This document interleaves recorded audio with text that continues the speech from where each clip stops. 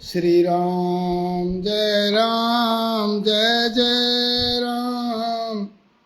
श्री राम जय जय राम।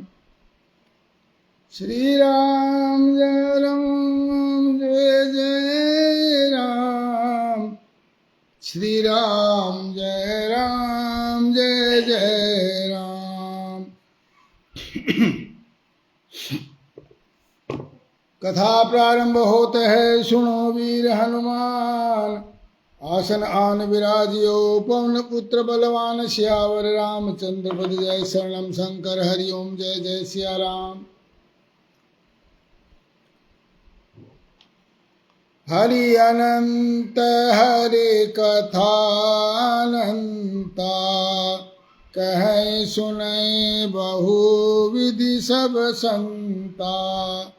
रामायण सुर तरु की छाया, दुख भय दूर निकट जो आया।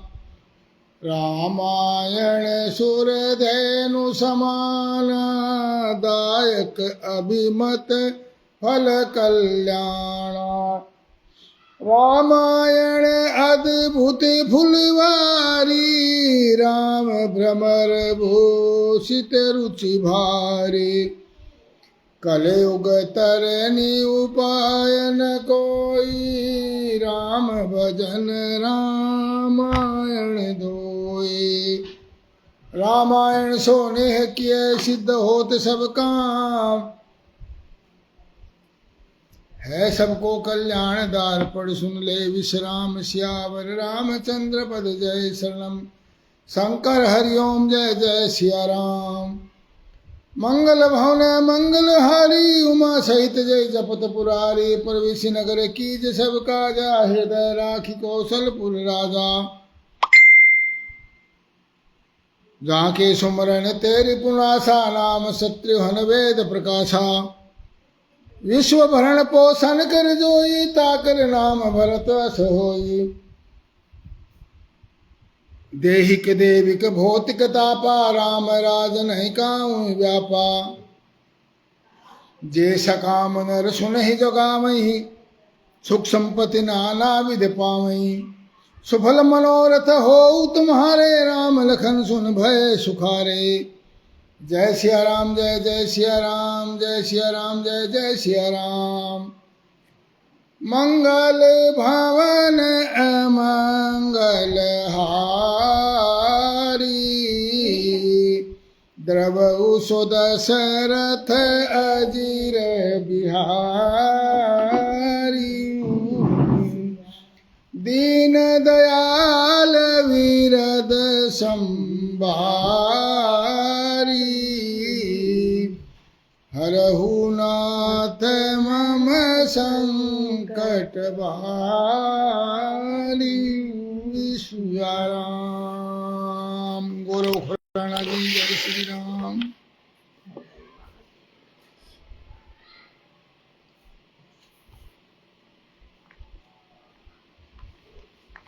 अब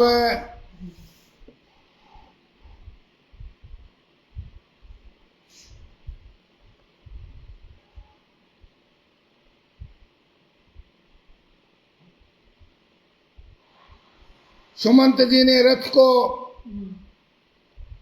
इस ढंग से चलाया कि उसकी लीक नहीं दिखाई देती थी भी किधर गया किधर नहीं गया रथ। और जब दिन निकला तो लोग जागे, रात बीतने पर सवेरा हुआ तो अयोध्यावासी मनुष्य से रघुनाथ जी को न देख करके अचेत हो गए। हमारे बड़े भाई साहब मनोहर लाल शर्मा जी कथा से जुड़ चुके हैं। चरण स्पर्श जी जय श्री राम। उनको राम जी किधर गए इसका पता देने का कोई निशान नहीं मिला। दिनेश देश जी जय श्री राम जी। हाय हमारी निद्रा को धिक्कार है जिसके कारण हम श्री राम से वंचित हो गए। फिर रास्ते पर रथ की लीक देखकर सब दूर तक गए, परंतु मार्ग का कोई चिन्ह न मिलने के कारण महान शोक में डूब गए। बिना किसी उद्देश्य के व्यक्ति कहीं नहीं जा सकता। उस दिन किसी के घर भी आग नहीं जली। श्री राम और लक्ष्मण सीता सचिव व सचिव सहित शेष रात्रि में ही बहुत दूर निकल गए और छोटे बड़े गांव को लांघते हुए वीर कौशलपति कौशल जनपद की सीमा लांघकर आगे बढ़ गए। कौशल जनपद से बाहर निकल गए। तदंतर वे वेदश्रुति नदी को पार किया और दक्षिण दिशा में बढ़ गए। फिर गोमती नदी को पार किया। गोमती नदी के कछार में बहुत से गायें विचरती थी। फिर हंसों व मोरों का कलरव था से व्यापत सेंधी नामक नदी को पार किया। ये सब वाल्मीकि रामायण से प्रसंग। फिर गोमती नदी को पार किया। गोमती नदी के कछार में बहुत सी गायें विचरती थी। फिर हंसों व मोरों का कलरव था, उसे व्यापक संधि नाम की नदी को पार किया। वहां जाकर श्री राम जी ने धन धान्य से संपन्न अनेक जनपदों से घिरी हुई इस भूमि का सीता जी को दर्शन करवाया, जिसे पूर्व काल में राजा मनु ने स्वांकु को दिया था। इस प्रकार विशाल कौशल जनपद को पार श्री राम जी ने अयोध्या की ओर मुख किया और हाथ जोड़कर कहा, अयोध्या की तरफ मुंह करके, कि कुकुतस्थ वंशी राजाओं से परिपालित पुरुषों में अयोध्या, मैं तुमसे धरा दो देवता तुम्हारी रक्षा करते हैं, तुम्हारे भीतर निवास करते हैं, उनसे भी अब वन जाने की आज्ञा चाहता हूँ। वनवास की अवधि पूरी करके मैं पुनः लौटकर तुम्हारा दर्शन करूंगा। नेत्रों से आंसू बहाते हुए दुखी होकर जनपद के लोगों से कहा, आप लोगों ने मुझे बड़ी कृपा की, मेरे लिए बहुत कष्ट उठाया, अब आप लोग अपने घरों को जाए। इस प्रकार कौशल देश से आगे बढ़कर त्रिपथ गामिनी गंगा का दर्शन किया, जो कि श्रृंगवेरपुर में बहती थी।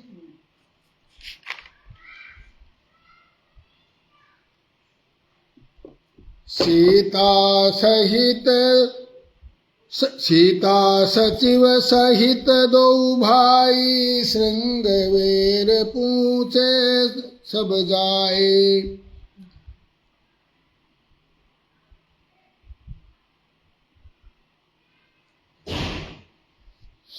उतरे राम देव सरी देखी, कीन दंडवत हरस विषेखी। लखन सचिव सिय गंगा कीन प्रणाम, लखन सचिव सिय कीन प्रणाम। देवश्री गंगा नदी देखी, देवश्री यानी सुरसरी यानी गोपाल, और सब ही सहित सुख पायऊ रामा। गंगा सकल मुद मंगल मूला, सब सुख करहि हरण सब सूला। कह कई को दिन कथा प्रसंगा, राम बिलो कही गंग तरंगा। सचिव अनुज ही पी सुनाई, युद्ध गिनती नदी महिमा अधिकाए। मज्जन कीन पंथ श्रम गयऊ, शुचि जल पीवत मुदित मन भयऊ। सुमृत जाय मिटई श्रम भारू, ते श्रम यह लौकिक व्यवहारू। जय सिया राम जय जय सिया राम, जय सिया राम जय जय सिया राम।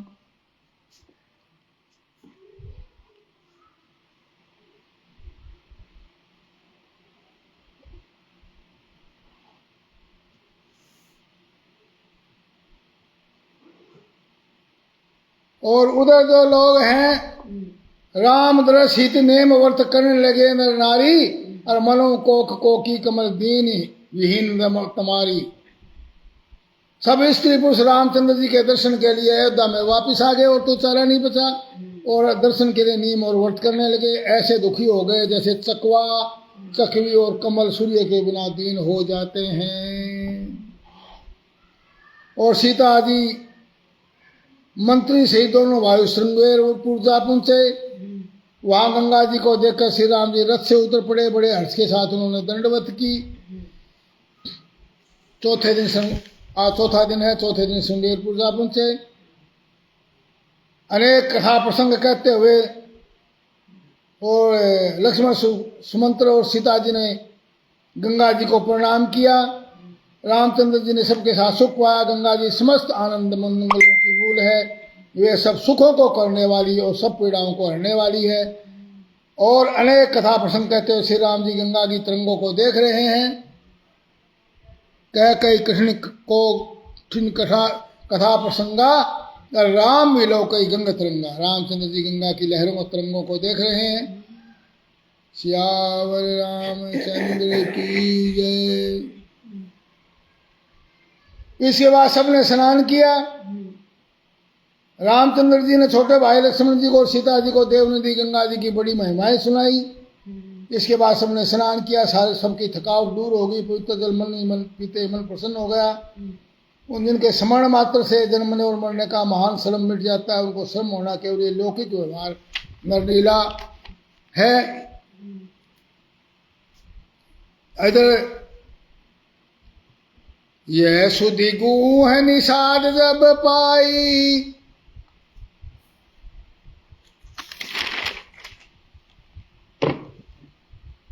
मुदित लिए प्रिय बंधु बुलाए। ले फल मूल भेंट भरी भारा, मिलन चले उही हरस अपारा। करी दंडवत भेंट भरी आगे, प्रभु विलोकत अति अनुरागे। सहज स्नेह विवरण रघुराई, पूछी कुशल निकट शेष। सहज स्नेह विविश रघुराई, पूछी कुशल निकट बैठाए। नाथ कुशल पद पंकज देखे, भयो भाग्य भजन जन लेखे। जय सिया राम जय जय सिया राम, जय सिया राम जय जय सिया राम। अब यह सूचना जब यह सुधि गु है निषाद, जब निषाद गु राज निषाद राज गु को मिली गुह, तो मुदित लिए प्रिय बंधु बुलाई। खुश होकर के कि राम जी आए हैं, अपने सभी भाइयों को बुला लिया।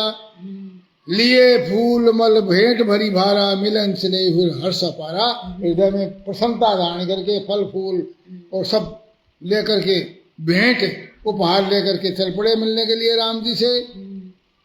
और करी दंडवत भेंट धरी आगे, प्रभु विलोकत अति अनुरागे। दंडवत करके सबके सामने भेंट रख कर वह अत्यंत प्रेम भाव से प्रभु को देखने लगा। रघुनाथ जी ने स्वाभाविक स्नेह के वश होकर उनसे अपने पास उठा करके कुशल पूछी। नाथ कुशल पद पंकज देखे, भये भाग भाजन लेखे।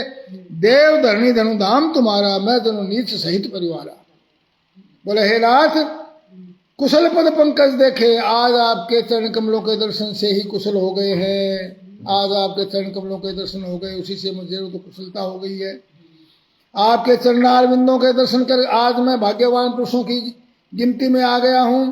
हे देव, यह पृथ्वी धन और घर सब आपका है, और मैं तो परिवार सहित आपका नीच सेवक हूँ। देखो ये नम्रता होती है जो अपने आप को बहुत नीचे बताते हैं। सतीश मितान जी जय श्री राम। तो आप कृपा करके श्रृंगेरपुर में पधारिए और इस दास की प्रतिष्ठा बढ़ाइए, जिससे सब लोग मेरे भाग्य की बढ़ाई करें, मेरे को भी भाग्य की बढ़ाई मिले। रामचंद्र जी ने कहा है सुदान सखा, सत कहें सत्य सबू सखा सुदाना, और मोहि दीन पितु आय सुहाना। मेरे को पिताजी ने आज्ञा कुछ और ही दी है, मेरी बात सुनो सुदान। बोला वर्ष 4-10 बासु बने,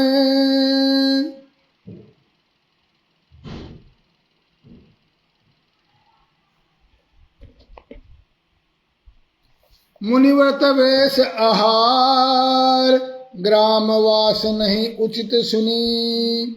गुही भय दुख भार, सियावर रामचंद्र पद जय शरणम शंकर हरिओम जय जय सिया राम। बोला वर्ष 4-10 बास बन, 14 वर्ष तक 4-10 4 और 10 14, 10 4 14, तो बास वन, इतने साल तक वन में वास करूंगा। और मुनि व्रत वेश आहार, और मुनि का वेश धारण करूंगा, व्रत करूंगा और आहार नहीं लूंगा, भोजन मुनियों वाला ही दूंगा। और ग्रामवास नहीं उचित है मेरे लिए इस समय, पिताजी का आदेश है कि मैं ग्रामवास में गांव में नहीं जा सकता, वन में रहूंगा। वन के अंदर वास है, गांव के भीतर निवास करना उचित नहीं, वन में ही मुझे बसना है और मुनियों के योग्य आहार करना है। यह सुनकर गुह को बड़ा दुख हुआ। राम लक्ष्मण सीता जी के रूप को देखकर गांव के स्त्री पुरुष प्रेम के साथ चर्चा करते हैं। कोई कहते हैं वे माता पिता कैसे जिन्होंने ऐसे सुंदर राजकुमारों को बालकों को वन में भेज दिया। कोई एक कहते राजा ने अच्छा ही किया, इस बहाने हमें ब्रह्मा जी ने नेत्रों का आनंद दे, हमें भगवान देखने को मिल गया, अच्छा करे हमारे लिए। तो तब इस निषाद राज ने हृदय में अनुमान किया तो अशोक के पेड़ को उनके ठहरने के लिए मनोहर समझा। अशोक का मतलब अशोक, जहाँ पर दुख तकलीफ ना हो जिस वृक्ष के, हाँ, तो इसलिए उस वृक्ष को अशोक यानी जिसमें शोक दुख का नाम है, अशोक का मतलब शोक न हो। उन्होंने रघुनाथ जी को ले जाकर वह स्थान दिखलाया। रामचंद्र जी ने देखकर कहा कि ये सब प्रकार से सुंदर है। और पूर्वासी लोग वंदना करके अपने अपने घरों को लौटे और रामचंद्र जी संध्या करने के लिए पधारे।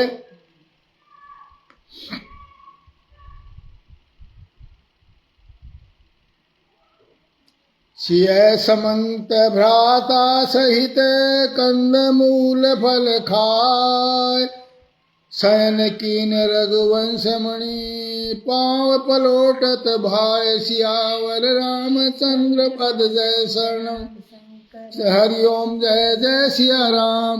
मंगल भवन मंगल हारी, दशरथ अजिर बिहारी, दीन दयाल विरद संभारी, हरहु नाथ मम संकट भारी। बोला सिय सुमंत भ्राता सहित, सीता और भ्राता लक्ष्मण और सुमंत जी के साथ कंद मूल फल खाए, जंगल के कंद मूल फल खाए, जो वो लेकर आए थे वो चीज खाई नहीं। और शयन कीन रघुवंश मणि, उसके बाद रघुवंश मणि ने शयन किया यानी सो गए। और पांव पलोटत भाई, और भाई उनके पांव दबोच रहे हैं। सियावर रामचंद्र की जय। उठे लखन प्रभु सोवत जानी, कह सचिवै सोवन मृदुवानी, कछुक दूर सजीबान सरासन, जागन लगे बैठ वीरासन। जय सिया राम जय जय सिया राम, जय सिया राम जय जय सिया राम। डॉक्टर सन्नी सिंह जी, जय श्री राम, करनाल से। उठे लखन प्रभु सोवत जानी, हर कहे सचिव मृदु बानी, कुछ एक दूर सजीबान सरासन, जागन लगे बैठ वीरासन। फिर प्रभु श्री रामचंद्र जी को सोते जानकर लक्ष्मण जी उठे और कोमल वाणी से मंत्री सुमंत्र जी को सोने के लिए कहकर वहां से कुछ दूर धनुष बाण से सचकर वीरासन में बैठकर पहरा देने लगे। वीरासन में बैठ करके गुह बोलाई पहारू प्रीति, ठाम ठाम राखे अति प्रीति, आप लखन पई बैठे उजाई, कठी भांति सर चाप चढ़ाई। जय सिया राम जय जय सिया राम, जय सिया राम जय जय सिया राम। विक्रम टोनी शर्मा जी, जय श्री राम।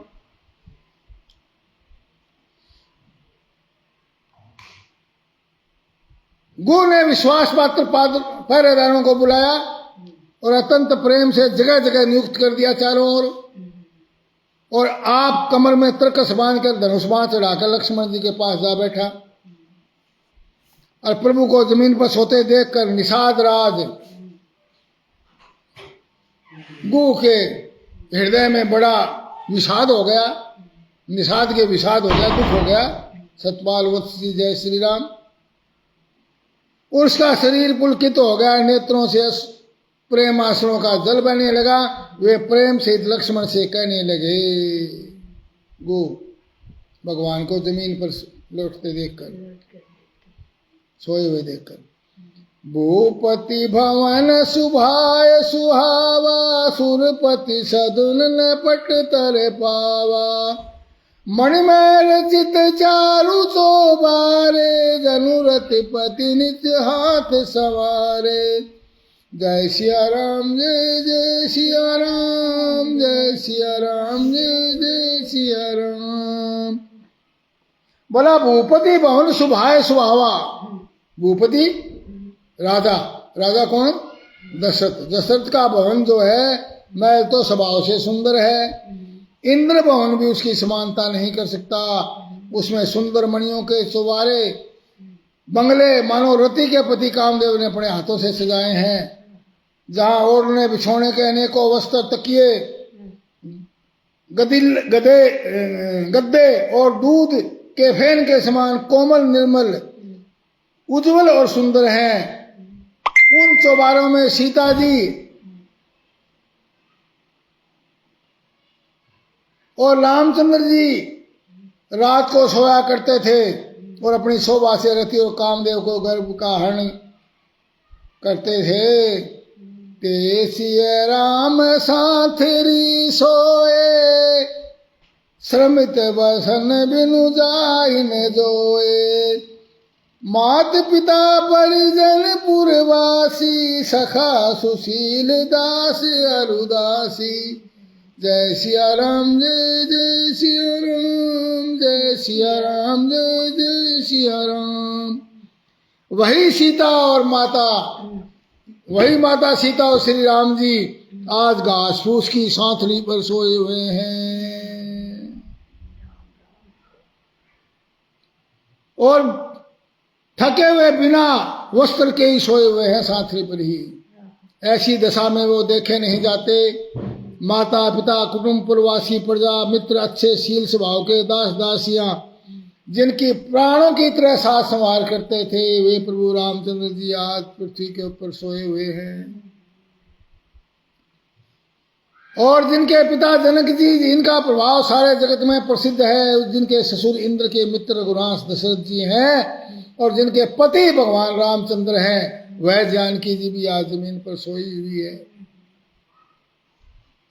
विधाता किसको प्रतिकूल नहीं होता। सीता जी और रामचंद्र जी क्या बन के योग्य है? लोग सच कहते हैं कि कर्म ही प्रधान है। कर्म लिखे फल पड़े भोगने, ना कोई तदबीर बने। करम त राजा सेठ बादशाह, करम त लगन फकीर बने। कवि ने कहा है कि कर्म लिखे फल पड़े भोगने, ना कोई तदबीर बने। कोई इलाज नहीं बनता, कोई उपाय नहीं बनता। तदबीर का मतलब उपाय। और कर्म त राजा सेठ बादशाह, कर्म त लगन फकीर बने। तो ये प्रारब्ध के खेल होते हैं, कर्मों में लिखे होते हैं। तो कर्म ही प्रधान है, भाग्य ही प्रधान है। कर्म कह लो, भाग्य कह लो, प्रारब्ध कह लो, नसीब कह लो, तकदीर कह लो, कुछ भी कह लो उसको नाम। केकयराज की लड़की नीच बुद्धि केकई ने बड़ी कुटिलता की है, जिसने रघुनंदन श्री राम जी और जानकी जी को दुख के समय दुख दिया, सुख के समय दुख दिया। वह सूर्य कुल रूपी वृक्ष के लिए कुल्हाड़ी हो गई। सीता और राम को जमीन पर सोते देखकर निषाद राज को बड़ा दुख हुआ। अब वाल्मीकि रामायण से कुछ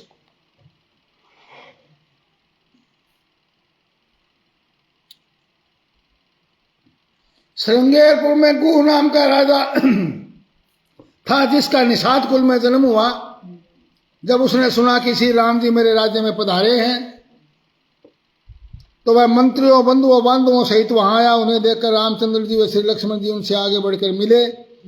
श्री राम को वलकल पहना देखकर निषाद राज को बड़ा दुख हुआ। वलकल वस्त्र पहने देख करके श्री राम जी को हृदय से लगाकर कहा, श्री राम, जैसे आपके अयोध्या का राज्य है, उसी प्रकार यह राज्य भी है। आप मेरे प्रिय अतिथि है। भांति भांति का उत्तम अन्न लेकर वह उपस्थित हुआ। उसने अर्घ्य निवेदन किया। महाभाव, आपका स्वागत है। ये सारी भूमि जो मेरे अधिकार में है आपकी है। हम आपके सेवक हैं। आप स्वामी हैं। आज से आप हमारे इस राज्य का शासन संभालो। उन्नामल दादी जी आदमपुर से। जय श्री राम। यह अन्न, भोज्य, खीर आदि पेय सब आपकी सेवा में है। इसको ग्रहण के दो। घोड़ों के लिए चने व घास भी प्रस्तुत है। श्री राम ने कहा, सखे तुम्हारे यहाँ तक पैदल आने और स्नेह दिखाने से ही हमारा सदा के लिए सत्कार हो गया है। तुमने जो प्रेम बस ये सामग्रियाँ मुझे प्रस्तुत की है, ये सब वापस ले जाओ, क्योंकि इस समय दूसरे की दी हुई कोई भी वस्तु मैं स्वीकार नहीं कर सकता तथा ना ही ग्रहण करता हूँ, क्योंकि मैं तापस व्रत का पालन कर रहा हूँ। मैं केवल कंदमूल फल खा का आहार करता हूँ, कोई भी पका हुआ भोजन लेता नहीं। घोड़ों के खाने पीने की वस्तु अवश्य तुम घोड़ों को दे सकते हो, कोई दिक्कत नहीं है, खिला दो, इससे हमारा तुम्हारे द्वारा सत्कार हो जाएगा, तुम्हारा मन भी रह जाएगा। घनश्याम शर्मा जी, जय श्री राम। इसके पश्चात रामचंद्र जी ने संध्या उपासना की और भोजन के नाम पर केवल लक्ष्मण के द्वारा लाया हुआ जल ही ग्रहण किया। आज चौथे दिन भी जल ही ग्रहण किया है। तथा फिर तृण की सैया पर पत्नी सहित भूमि पर शयन किया। लक्ष्मण और उनके पैर दबाए।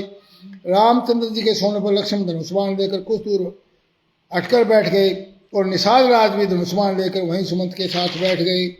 श्री राम व सीता को भूमि पर शयन करते देखकर सीता निषाद राज को बड़ी पीड़ा हुई। निषाद राज ने लक्ष्मण के लिए आराम देने वाली सैया मंगाई थी, जिसे लक्ष्मण ने स्वीकार नहीं किया, क्योंकि जब उनके प्रभु श्री राम जी सोम भूमि पर लेटे हुए हैं तो फिर लक्ष्मण जी कैसे सैया पर सो सकते हैं। उसको समझाया था, तब सब प्रभु श्री राम जी की लीला है, अतः दुख न करने को कहा। इस प्रकार प्रभात हो गई।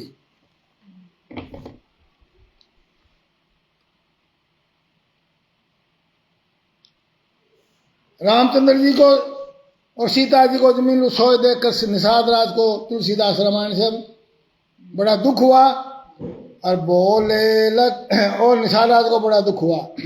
तब बोले लखन मधुर मृदुबानी, ज्ञान विराग भक्ति रस सानी, कौ न काहु न कौ सुख दुख कर दाता, निज कृत कर्म भोग सब भ्राता, जोग वियोग भोग फल मंदा, हित अनहित मध्यम भ्रम फंदा, जन्म मरण जह लगी जग जालू, संपत्ति विपत्ति कर्म अरुकालू। जय सिया राम, जय जय सिया राम, जय सिया राम, जय जय सिया राम। सियावर रामचंद्र की जय। बोला भाई निषाद राज, लक्ष्मण जी ज्ञान वैराग्य और भक्ति के रस से वाणी मीठी वाणी कोमल बोले, भाई कोई किसी को दुख देने वाला नहीं है, सब अपने कर्म के किए हुए कर्मों का फल है। रब ना करे किसी दा माड़ा, माड़े तेरे कम बंदिया। आदमी के कर्म माड़े होते हैं तो उसको उसका फल मिल जाता है। भगवान किसी का माड़ा करता नहीं, किसी का बुरा नहीं करता। तो बोला भाई कर्म के अंदर लिखे होते हैं, वो भोगने पड़ते हैं। कर्म मैंने बताया था, कर्म लिखे पड़े भोगने। और बोला जोग वियोग यानी बिछुड़ना और भले बुरे भोग, शत्रु मित्र उदासीन, ये सब भ्रम के फंदे हैं। ये भ्रम है, कुछ नहीं है, कोई किसी को कुछ नहीं करता। जन्म मृत्यु संपत्ति विपत्ति कर्म और काल, जहां तक जगत के जितने जंजाल हैं, धरती धर घर धन नगर परिवार स्वर्ग नरक, जहां तक व्यवहार जो देखने सुनने में और मन के अंदर विचार आते हैं, इनका मूल मोह है, अज्ञान है। परमार्थ ये है ही नहीं।